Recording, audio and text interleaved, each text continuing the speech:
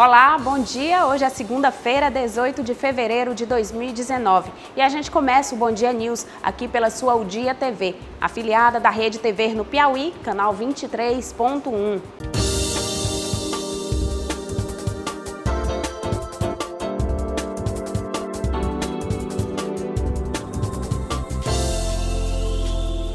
Vamos aos destaques da versão impressa do seu jornal O Dia. Em política, você vai conferir uma entrevista com o presidente do PSL no Piauí, Fábio Sérvio. Ele tece críticas à bancada federal piauiense e admite que tanto ele quanto Bolsonaro podem deixar o PSL. Carnaval é período de se confraternizar com os amigos. E no caderno Empreender você confere. Período carnavalesco abre espaço para lucro extra com a venda de acessórios. Esses e outros destaques você confere no seu Jornal Dia, líder em credibilidade. Na semana passada, o Supremo Tribunal Federal começou as discussões em relação à criminalização da homofobia. O Piauí é um dos estados que mais registram casos de mortes de homossexuais. Essa semana, o assunto deve voltar à discussão. A gente confere mais informações agora com Lívio Galeno e Marcelo Cavalcante. Criminalizar a violência contra os cidadãos LGBT no Brasil está sendo discutido no STF, o Supremo Tribunal Federal. Tudo isso porque muitas pessoas ainda são mortas violentamente no país por conta da orientação sexual. O dado é do Grupo Gay da Bahia. Apenas no ano de 2018, 153 pessoas morreram aqui no Brasil vítimas da chamada LGBTfobia. O estado de São Paulo é o que mais lidera em número de casos a nível nacional, mas o Piauí se destaca a nível de Nordeste. LGBTfobia é uma realidade no país. Para não banalizar o crime, entidades ligadas ao direito da comunidade defendem que as práticas de violência assim sejam tratadas. LGBTfobia é toda ação que viola a integridade física e moral das pessoas devido à sua orientação sexual ou identidade de gênero, seja ela homossexual, bissexual ou as pessoas transgêneros, como é colocado. Que o próprio STF também reconhece. Então, acho que uma das questões que o início do voto do ministro Celso de Mello é de que o judiciário já tem entendido, já reconhece também, a partir das relações de direitos humanos, das normativas internacionais também, a necessidade de reconhecimento dessas violências. O assunto é debatido no STF, mas o dever legal de se propor uma tipificação no Código Penal é do Congresso. Enquanto o Legislativo não se pronuncia, cabe ao Judiciário debater esse tipo de questão. Um prejuízo à sociedade, que vê questões judicializarem por omissão do Congresso. O Congresso é inerte frente às violências LGBTs. E aí entra outra questão nesse panorama dessa discussão. A não positivação, o não reconhecimento da criminalização pode abrir também uma brecha do entendimento do senso comum de que as violências contra os LGBTs é possível, porque o que está colocado é se as vidas dos LGBTs é importante, sim ou não. Eu acho que a gente tem que ir muito além disso, é de que o que tem que ser publicizado e reforçado é que o Estado brasileiro ele tem se omitido de tomar ações necessárias, principalmente quando se fala de políticas públicas, e cobrar desses agentes, que são os agentes políticos do Congresso Nacional, que o façam. Quem sofre a tensão de conviver com a possibilidade de violência a qualquer momento, pelo simples fato de ser, defende a criminalização da LGBTfobia no Brasil. Num país onde se mata a pessoa por questão de orientação sexual e identidade de gênero, é necessário sim criminalizar a LGBTfobia. E se isso não acontecer, vai ser um retrocesso no Brasil, porque o Brasil também é um dos países onde se existem várias legislações atuantes para a promoção da cidadania e dos direitos humanos LGBT. E agora a gente recebe aqui nos nossos estúdios o Dr. Alex Noronha. Ele é advogado e especialista em direito médico. Ele vai comentar com a gente a polêmica resolução do Conselho Federal de Medicina que vai possibilitar consultas pela internet. Olá, Dr. Alex, bom dia, seja bem-vindo ao Bom Dia News. Bom dia a todos os telespectadores, é um prazer estar aqui.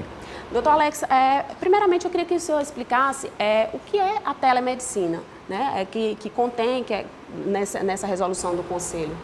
Bom, a telemedicina, disciplinada nesta resolução de 2018, ela basicamente é a possibilidade de estabelecer uma relação médico-paciente para atendimentos, cirurgias, triagens, por meios tecnológicos, usando a rede mundial de computadores.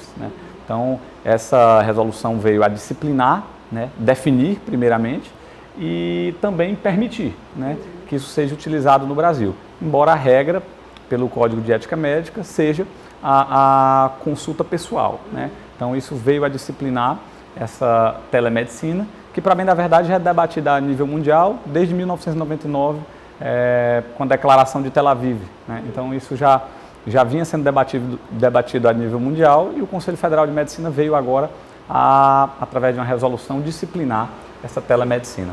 Aqui no Brasil. E em outros países, essa telemedicina ela já é utilizada? Sim, ela já é mais amplamente utilizada em outros países. Essa é uma das grandes polêmicas, porque nós estamos num país em que a saúde básica ainda é muito precária, né? Então, há uma apreensão muito grande de como será recebida essa resolução, como que na prática ela vai ser aplicada num país que ainda é tão carente de estrutura de saúde básica. Há muitas reclamações, né, de pacientes que às vezes os atendimentos médicos são bem breves, são bem rápidos e há inclusive uma polêmica em relação a isso, a essa resolução do Conselho, justamente porque eles avaliam que isso pode vir a trazer prejuízo aos pacientes, uma consulta mal feita, sem você fazer uma análise, uma examinação mesmo mais profunda do paciente, sem poder pegar o exame.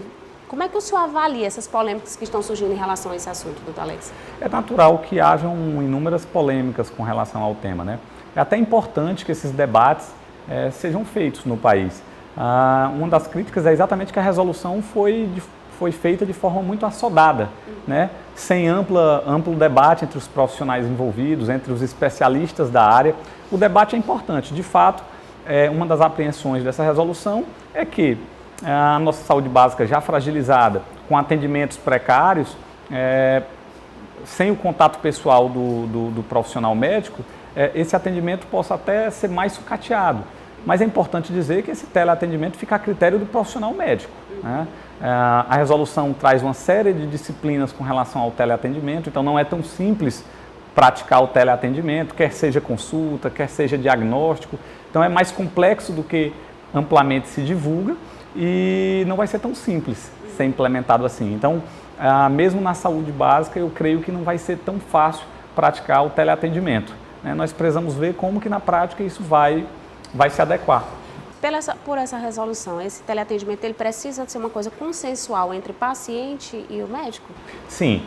Dentre esses requisitos estabelecidos na resolução, está um termo de consentimento esclarecido, né? Então isso tem que ter sido amplamente conversado e dialogado com o paciente. E o médico tem que se sentir... Pela resolução também essa consulta, essa teleconsulta ela precisa ser gravada, né? Exato.